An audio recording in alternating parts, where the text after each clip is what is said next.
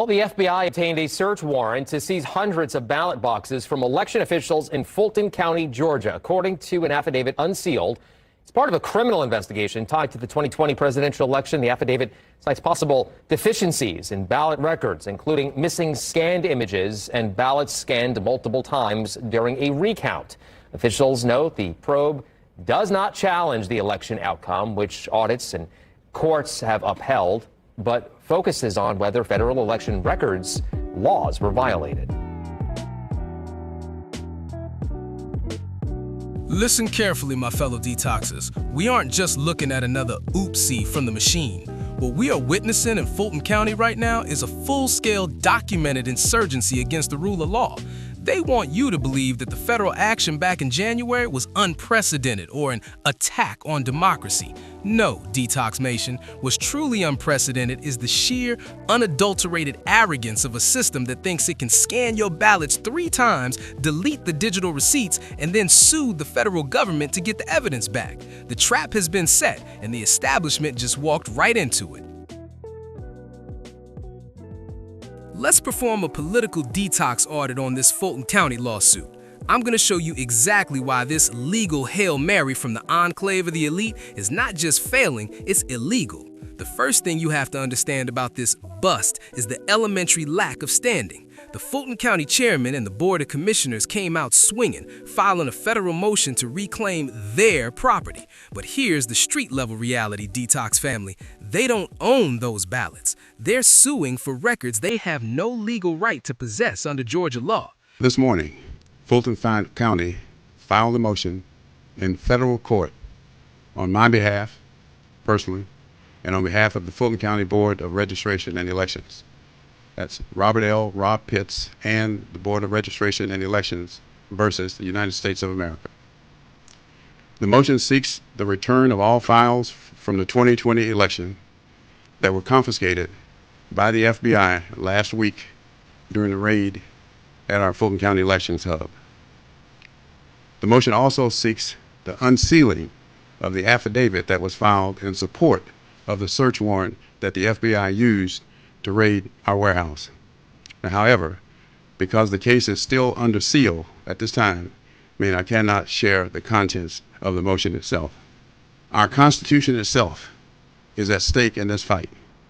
And I want to repeat, the Constitution is the law of the land. The Constitution is not a suggestion. Chairman Rob Pitts is out here doing a comedy routine, but nobody's laughing. This man is actually trying to tell you that Georgia didn't matter. Really? He's up there sounding like he's reading a ransom note, talking about a constitutional crisis, while the FBI is literally hauling boxes of 2020 records out of his office as we speak. He wants you to forget the math, forget the pauses, and just trust the nervous energy coming off that podium. Check the tape. Because of the fact that this will involve, and probably will involve, states, other states. In fact, the president himself has mentioned some 15 plus other states. That's why I say that this is a very complicated situation. And we are the poster child here of all the states, all the counties, all the cities that may involve. It's Fulton County, Georgia, because of the 2020 elections.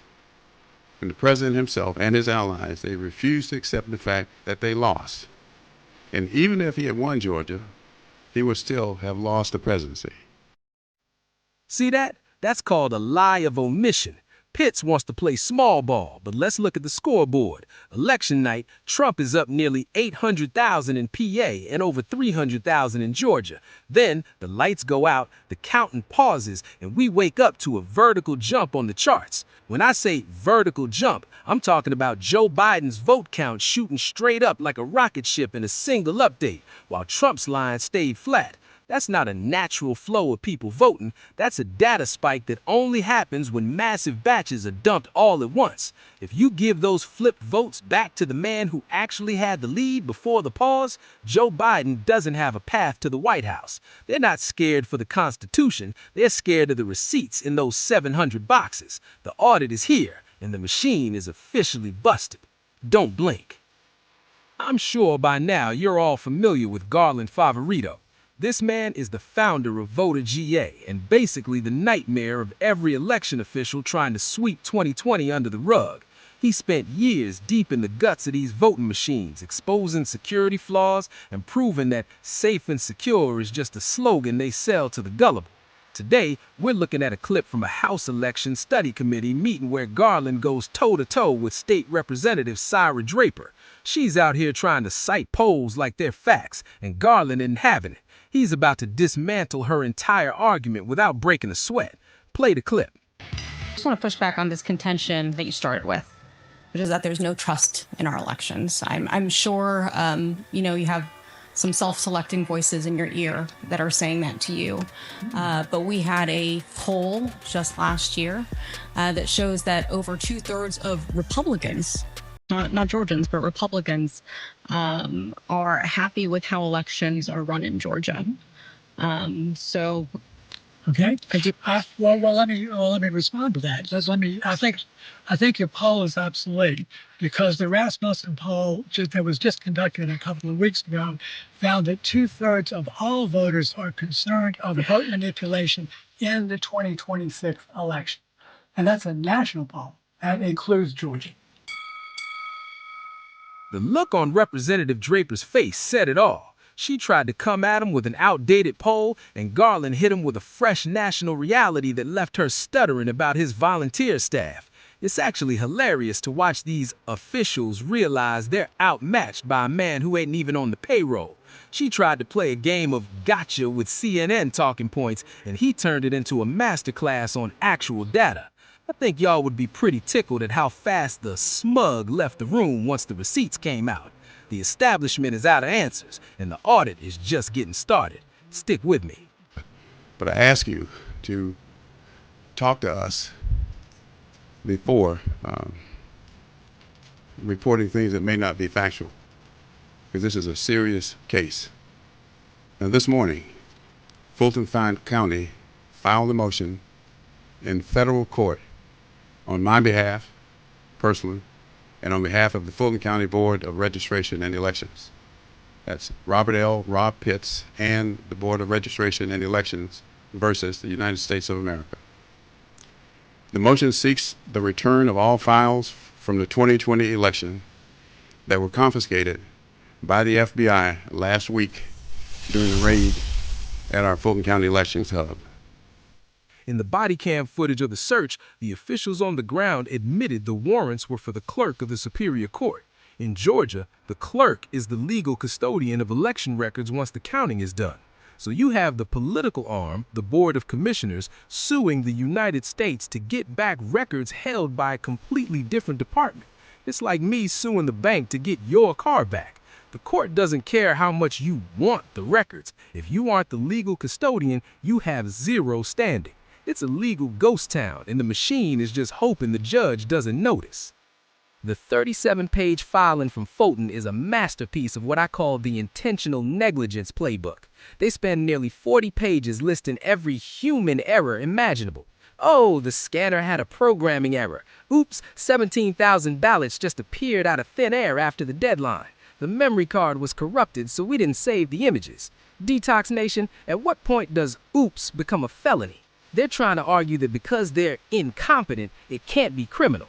This moron strategy is the ultimate insult to every voter in this country who demands a fair process.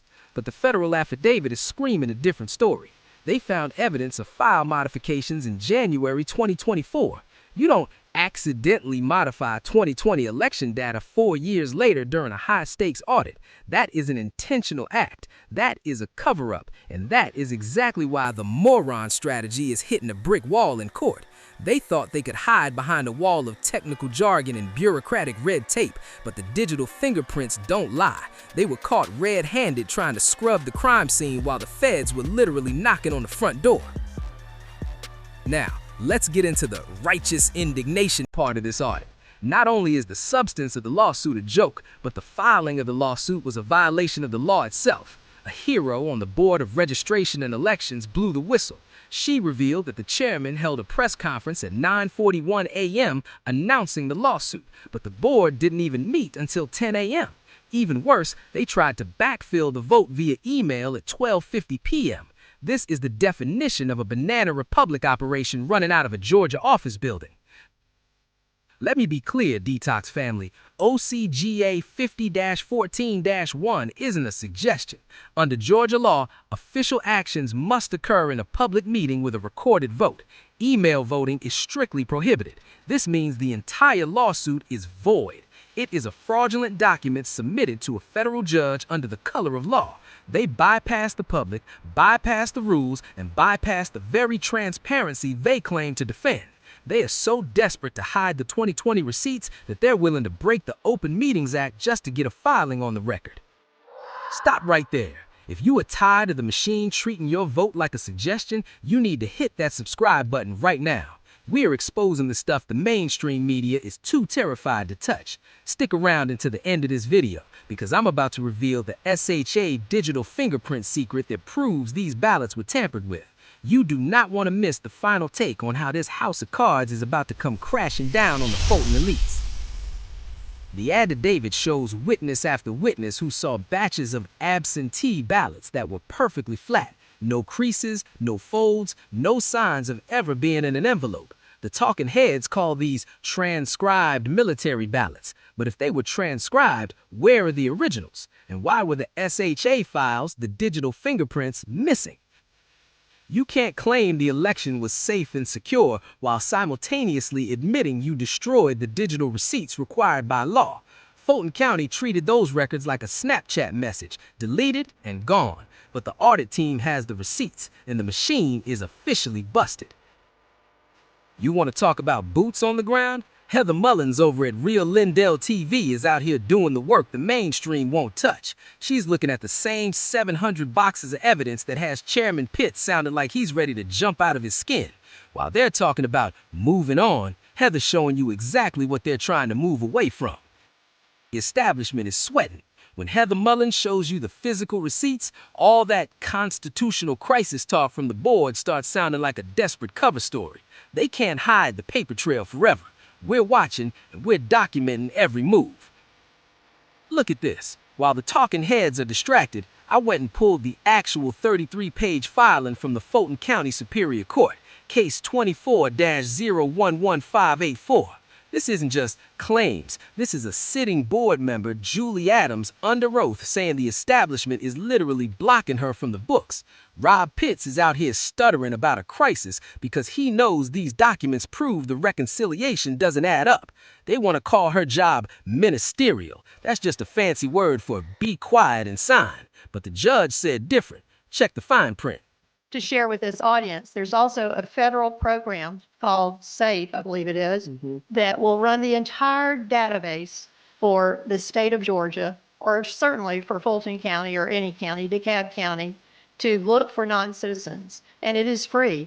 It is free now. It used to require some payment. It is now free. I do not understand why every county or the entire state is not running this database to check for non-citizens, rather than us just putting out press releases that we have no non-citizen on our voter rolls. That's not true. We're looking at 7 cases or 9 cases right now of non-citizens on the voter rolls. And these are just 2 counties of 159 counties in this state. We could do better than this. And this is what we know because they were summoned to do jury duty and they happened to do the right thing by saying that they're a non-citizen. But if you have a bunch of people on the rolls where we have counties that county election workers are not trained to look for non-citizen IDs, they're just matching the voter rolls. And then on top of that, if you have someone who does get a jury summons and decides that they want to go and sit on our jury, even though they're a non-citizen, then we don't catch them. So for people that are saying, oh, it's just 9 people, it's just 9 people that happen to do the right thing. We have a lot of other people out there that may be on the rolls that haven't, especially when we have inflated and dirty voter rolls. So I think we should look at requesting counties to send their voter rolls through the system so that we can scrub these voter rolls to ensure that there aren't any non-citizens on them. Those ballots belong to us, not to you. And we want our ballots reviewed by somebody who's competent and capable. See, Pitts wants to claim Georgia didn't matter. They brought in the high-priced Democrat lawyers because they're panicking. They know the safety hold on the truth has been broken. When you modify files in 2024, the statute of limitations starts over. When you file a lawsuit without a board vote, you commit an Open Meetings Act violation. My name is Karen Pashuta. I am the attorney for the Fulton County Board of Registrations and Elections. Just retained on Monday. You've probably seen me here before, though.